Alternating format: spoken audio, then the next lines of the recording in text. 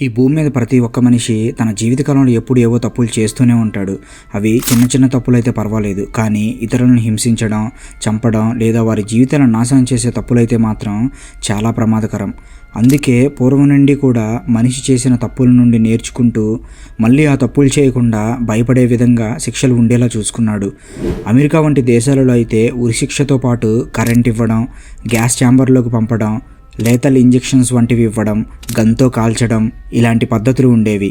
అదే Saudi Arabia వంటి దేశాలలో అయితే తలనరికి చంపే శిక్షలు ఉన్నాయి. అయితే నేటి కాలంలో వీటినే క్రూరమైన శిక్షలుగా మనం అనుకుంటున్నాం, కానీ పూర్వం వీటికంటే చాలా చాలా క్రూరమైన శిక్షలు ఉండేవి. అసలు పూర్వం ఉన్న శిక్షలతో పోలిస్తే ఇప్పుడున్న శిక్షలు అసలు శిక్షలే కావు. పూర్వం ఉన్న శిక్షల గురించి మనం ఊహించుకుంటేనే వెన్నులో వణుకు పుడుతుంది. ఇప్పుడున్న శిక్షలన్నీ కూడా వెంటనే చనిపోయేలా విధించబడుతున్నాయి. కానీ పూర్వం ఎలా ఉండేవంటే ఆ మనిషి వెంటనే చనిపోవడం కాదు, ఆ శిక్షను ఎంతకాలం వీలైతే అంతకాలం అనుభవిస్తూ నరకం చూస్తూ చనిపోయేవాడు. ఇంకా ఈ శిక్షలు ప్రజలందరి ముందు విధించేవాళ్ళు. ఇప్పుడు మనం చెప్పుకుంటున్నవి వేరువేరు దేశాలలో వేరువేరు కాలంలో విధించబడిన శిక్షలు. ఈ శిక్షలు కూడా భయంకరంగా ఇంకా వింతగా ఉంటాయి. చాలా భయంకరమైన శిక్షలు ఉన్నాయి. వాటిలో కొన్నిటిని ఈరోజు మనం వీడియోలో తెలుసుకుందాం. వీడియో చాలా ఇంట్రెస్టింగ్గా ఉంటుంది, ఎండ్ వరకు చూడండి. గాయ్స్, మేము అందించిన ఛానల్ మీకు వర్త్ అనిపిస్తే ప్లీజ్ తెలుగు విద్యాలయం ఛానల్ సబ్స్క్రైబ్ చేసి నోటిఫికేషన్ ఆన్లో పెట్టుకోండి. ర్యాట్ టార్చర్ వినడానికి సింపుల్గా ఉన్న శిక్ష పద్ధతి తెలిస్తే భయం వేస్తుంది. తమకు ప్రమాదం ఉన్న పరిస్థితుల నుండి తప్పించుకోవడానికి ఎలుకలు ఏమైనా చేస్తాయి. పూర్వం రోమన్లను తప్పు చేస్తే వారిని శిక్షించడానికి ఈ ర్యాట్ టార్చర్ అనే పద్ధతిని ఉపయోగించేవారు. తప్పు చేసిన వ్యక్తి కదలకుండా కాళ్ళు చేతులు కట్టేస్తారు. తరువాత ఆ వ్యక్తి ఒంటిపైన చొక్కా తీసేస్తారు. ఇక అతన్ని పడుకోబెట్టి ఎలుకలను అతని పొట్టపై వదిలి పైన ఇనుప బకెట్ లాంటిది ఉంచేవారు. అప్పుడు ఆ ఎలుకలు అటు ఇటు తిరుగుతూ ఉంటే బాధ కలుగుతూ ఉంటుంది. ఇంతేనా అనుకుంటున్నారేమో, అసలైన శిక్ష ఇప్పుడే మొదలవుతుంది. అలా ఎలుకలు ఉన్న ఇనుప బకెట్ పైన మంట పెట్టేవారు. ఇక ఆ మంట వల్ల ఆ బకెట్ వంటిది బాగా వేడెక్కడం మొదలవుతుంది. ఆ వేడి సెగ లోపల ఉన్న ఎలుకలను తగలడం వల్ల ఇక అవి తప్పించుకోవడానికి ప్రయత్నిస్తాయి. కానీ పైన బకెట్ వంటిది ఉండడం వల్ల ఎటు వెళ్ళలేక మెల్లమెల్లగా ఆ పొట్ట చర్మాన్ని కొరకడం మొదలు పెడతాయి. ఇక వేడి ఎక్కువయ్యే కొద్దీ ఆ నిందితుడి పొట్టను ముక్కలు ముక్కలుగా చీల్చుకుంటూ శరీరం లోపలికి వెళ్ళి ఒక్కో అవయవాన్ని తినడం మొదలుపెట్టేవి. మనకి చిన్న ముళ్ళు గుచ్చుకుంటేనే అసలు తెగ బాధపడిపోతాం. మరి ఎలుకలు మన పొట్టలోకి వెళ్ళి శరీరాన్ని తింటుంటే ఎలా ఉంటుందో ఊహించుకోండి.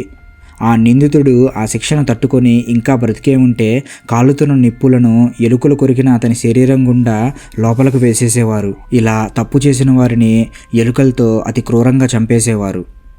యాడ్ బీస్టియా ఈ శిక్ష అప్పటి రోమన్ కాలంలో ఎక్కువగా విధించేవారు. ఈ శిక్షలో భాగంగా కొన్ని క్రూర జంతువులకు చాలా కాలం పాటు ఆహారం పెట్టకుండా ఆకలితో ఉంచేవారు. అలాగే వాటిని బాగా కొట్టి కోపం తెప్పించేవారు.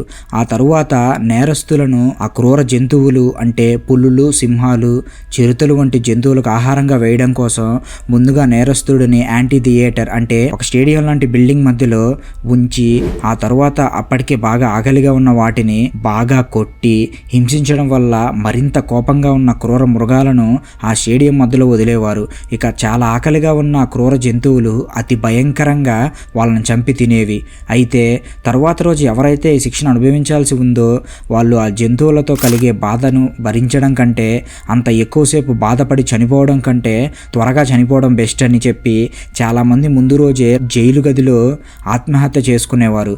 స్పాంజ్ ఇంకా గుడ్డ ముక్కలు వంటి వాటిని మింగి ఊపిరాడక చనిపోతే కొంతమంది ఒకరినొకరు గొంతు పీసుకొని చనిపోయేవారు. అంటే అర్థం చేసుకోండి అవి మనుషులను తినడం ఎంత భయంకరంగా ఉంటుందో. అయితే ఈ పులులు, సింహాలు మనిషిని చంపి తినడం చూడడానికి చాలామంది ప్రజలు వచ్చేవారు. ఇప్పుడు మనం ఎలా అయితే స్టేడియంలో టికెట్ కొని గేమ్స్ని చూస్తున్నామో అలా ఆ కాలంలో డబ్బులు చెల్లించి మరీ స్టేడియంలో కూర్చొని జంతువులు మనుషుల్ని చంపి తినడం చూసేవారు. లించి ఈ శిక్షను చైనాలో ఎక్కువగా ఉపయోగించేవారు. చైనాలోని సాంగ్ డైనెస్టీలోని 900 సంవత్సరం నుండి 1900 సంవత్సరం వరకు ఈ శిక్షను విధించేవారు. పబ్లిక్ ప్లేస్లో అందరి ముందు నిందితుడిని ఒక చెక్క దిమ్మకు కట్టేసి బాడీని చిన్న చిన్న ముక్కలుగా కోస్తారు. ముందుగా ముక్కు, నాలుక, చెవి, వేళ్ళు, కాళ్ళు, చేతులు, తొడలు అంటే ఏ భాగంలో అవయవాలను కోసినా ప్రాణం పోదో ఆ పార్ట్స్ని చిన్న చిన్న పీసులుగా కట్ చేసేవారు. తరువాత బాడీలోని గుండె, లివర్ ఇలా ఒక్కో అవయవాన్ని పీకడం చేస్తారు. ఇంకా అప్పటికే ఆ వ్యక్తి బ్రతికే ఉంటే చివరగా గొంతు కోసి చంపేవారు. దారుణం ఏంటంటే ఈ ప్రాసెస్ మొత్తం 3 రోజుల పాటు సాగేది. అలా 3 రోజుల్లో సుమారుగా 3600 సార్లు నిందితుడి బాడీని కట్ చేసేవారు. అందుకే ఈ పద్ధతిని డెత్ బై 1000 కట్స్ అని కూడా అంటారు. ఇదంతా చేసిన తర్వాత మిగిలిన ప్రజల్లో భయం కలిగేలా నిందితుడి మృతదేహాన్ని బహిరంగంగా ప్రదర్శన కోసం ఊరేగించేవారు. ఒక్కోసారి నిందితుడి కుటుంబ సభ్యులు ఆ శిక్షను అమలు చేసే వ్యక్తి అంటే ఎవరైతే ఆ బాడీని కట్ చేసే వ్యక్తి ఉంటారో వాళ్ళకి త్వరగా ఆ వ్యక్తిని చనిపోయేలా ముందుగా గొంతు కోసేయమని లంచం ఇచ్చేవారంటే అర్థం చేసుకోండి ఆ శిక్ష ఎంత భయంకరంగా ఉంటుందో. స్కిన్నింగ్ లేదా ఫ్లేయింగ్ అంటే బ్రతికుండగానే పూర్తిగా చర్మాన్ని ఒలిచివేయడం. చైనాలోని మింగ్ డైనెస్టీలో మొదటిసారిగా ఈ శిక్షను ప్రవేశపెట్టారు. మనకి ఏదైనా గాయమై చిన్నగా చర్మం లేస్తేనే ఎంతో బాధగా ఉంటుంది. అలాంటిది బ్రతికుండగానే బాడీ మీద ఉన్న పూర్తి చర్మాన్ని పీకడం అంటే ఎంత బాధగా ఉంటుందో అర్థం చేసుకోవచ్చు. అందులోనూ బాడీ నుండి చర్మం తీయడం అంత ఈజీ కాదు. స్కిన్ అనేది మజిల్స్కి, నరాలకి అంటిపెట్టుకొని ఉంటుంది. అంత ఈజీగా ఊడి రాదు. అందుకే చర్మాన్ని ఈజీగా పీకడం కోసం తప్పు చేసిన వ్యక్తిని బట్టలు విప్పి కొంతకాలం పాటు ఎండలో ఉంచేవారు లేదా ఉడుకుతున్న నీటిలో ఆ వ్యక్తిని ఉంచేవారు. దీనివల్ల చర్మం కొద్దిగా ఉబ్బి పీకడానికి ఈజీగా ఉండేది.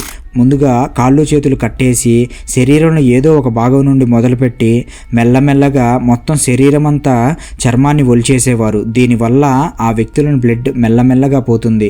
అంతేకాదు మన చర్మం అనేది బయట ఉండే బ్యాక్టీరియా, వైరస్ వంటి వాటిని లోపలికి రాకుండా మనల్ని ప్రొటెక్ట్ చేస్తుంది. కానీ ఇలా చర్మం పీకడం వల్ల ఇన్ఫెక్షన్స్ సోకి అది మరింత బాధను కలిగిస్తుంది. అలాగే అలా చర్మం లేకపోవడం వల్ల ఈగలు, పురుగులు వంటి బాడీని తినేస్తూ ఉంటాయి. ఇలా బ్లడ్ కోల్పోవడం వల్ల కానీ లేదా ఇన్ఫెక్షన్ సోకడం వల్ల కానీ ఆ వ్యక్తికి మెల్లమెల్లగా మరణం సంభవిస్తుంది. ఇలా మొత్తం చర్మాన్ని పీకేసిన తర్వాత కూడా కొంతమంది 2 లేదా 3 రోజుల పాటు ఆ నొప్పిని భరిస్తూ బ్రతికుండేవారు. ఇంత జరిగిన తర్వాత కూడా ఇంకా ఆ వ్యక్తి బ్రతికుంటే మళ్ళీ ఆ వ్యక్తిని వేడి నీటిలో వేసి చంపేసేవారు.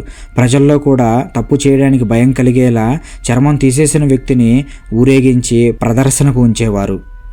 ఇలా అప్పట్లో తప్పు చేసిన వ్యక్తిని మరీ దారుణంగా చర్మాన్నంతా ఒలిచేసి కిరాతకంగా చంపేసేవారు.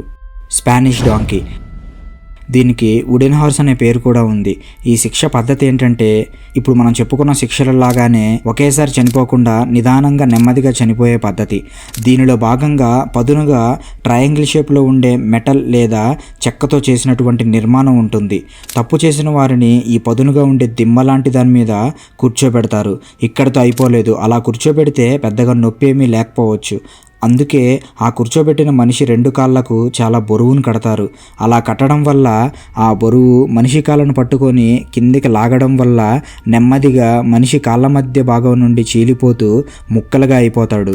ఒక్కోసారి దాని మీద కూర్చున్న మనిషికి నొప్పి కలిగేలా హింసించడం లేదా కితకితలు పెట్టడం లేదా అతని పాదాల కింద మంట పెట్టడం చేసేవాళ్ళు. దీనివల్ల ఆ వ్యక్తి బాధతో మెలికలు తిరుగుతూ ఉంటే మరింత నొప్పి, బాధ కలుగుతుంది. అలాగే పదునైన దిమ్మ మీద అలా అటు ఇటు మెలికలు తిరగడం వల్ల కొంచెం వేగంగా చీలిపోతూ ముక్కలైపోతారు. బ్రేజన్ బుల్, గ్రీకుల కాలంలో ఈ టెక్నిక్ని కనిపెట్టారు. టెక్నిక్లో భాగంగా కంచుతో అంటే బ్రాంజ్ మెటల్తో చేసిన ఒక ఎద్దు బొమ్మ ఉంటుంది. దీని లోపల ఒక మనిషి పట్టగలిగే స్పేస్ మాత్రమే ఉంటుంది. తప్పు చేసిన వ్యక్తి బట్టలు తీసేసి ఆ వ్యక్తిని ఆ ఎద్దు బొమ్మల లోపల పెట్టి లాక్ చేస్తారు. ఇక ఆ మనిషి కనీసం కదలటానికి కూడా స్పేస్ సరిపోదు. తరువాత ఆ ఎద్దు బొమ్మ కింద మంట పెట్టేవారు. ఆ మంట వేడికి ఆ ఎద్దు బొమ్మ బాగా వేడెక్కిపోతుంది. మనకి చిన్న నిప్పురవ తగిలితేనే విపరీతంగా బాధ కలుగుతుంది. అలాంటిది శరీరం అంతా ఆ కాలుతున్న మెటల్ తగులుతుంటే ఎంత బాధ ఉంటుందో ఊహించుకోండి. శరీరానికి ఆ కాలే మెటల్ తగిలి ఆ భాగంలో చర్మం ఊడిపోయి బొబ్బలు ఎక్కి చివరికి ఆ వేడికి ఆ లోపల మనిషి పూర్తిగా ఉడికిపోతాడు. అంతేకాదు ఎద్దు బొమ్మ తలలో కొన్ని పైపుల్లో అమర్చేవారు. దీనివల్ల ఆ మనిషి లోపల బాధతో అరుస్తూ ఉంటే ఆ అరుపులు ఈ పైపుల ద్వారా ప్రయాణించి బయటకు అవి ఎద్దు అరుస్తున్నట్లు వినిపించేది. ఇక్కడ విచిత్రం ఏంటంటే అక్రగాసిన నగరాన్ని పాలించే పొలారిస్ అనే నియంత తప్పు చేసిన వారు శిక్షించడానికి కొన్ని కొత్త పద్ధతులు కనిపెట్టాలని ప్రజలను అడిగితే అప్పుడు పెల్లారీస్ అనే వ్యక్తి కంచుతో చేసిన ఒక ఎద్దు బొమ్మ తయారు చేసి తీసుకుని వచ్చి ఆ రాజును దానికి చూపించాడు. అప్పుడు ఆ రాజు ఇది ఎలా పనిచేస్తుందో వివరించమన్నాడట. అందుకు ఆ బొమ్మ తయారు చేసిన వ్యక్తి వివరణలో భాగంగా ఆ ఎద్దు బొమ్మ లోపలికి వెళ్ళి చూపిస్తుండగా అప్పుడు ఆ రాజు బయట నుండి తలుపులు మూసివేయమని చెప్పి ఆ ఎద్దు కింద మంట పెట్టించాడు. దానిలో ఆ మనిషి పూర్తిగా కాలిపోకముందే అతను బయటకు తీసి కొండపై నుంచి తోసి ఆ రాజు చంపించాడు. ఈ విధంగా తాను తయారు చేసిన క్రూరమైన శిక్షా పద్ధతి బాధితుడు కూడా ఆ వ్యక్తి అయ్యాడు. ఇప్పుడు చెప్పుకున్న వాటిలో మీకు ఏ శిక్ష భయంకరంగా అనిపించిందో కామెంట్లో తెలియజేయండి. గైస్, నాలెడ్జ్ వర్త్ అనిపిస్తే ప్లీజ్ సబ్స్క్రైబ్ చేయండి. వర్త్ అనిపిస్తేనే సపోర్ట్ చేయండి. Thanks for watching.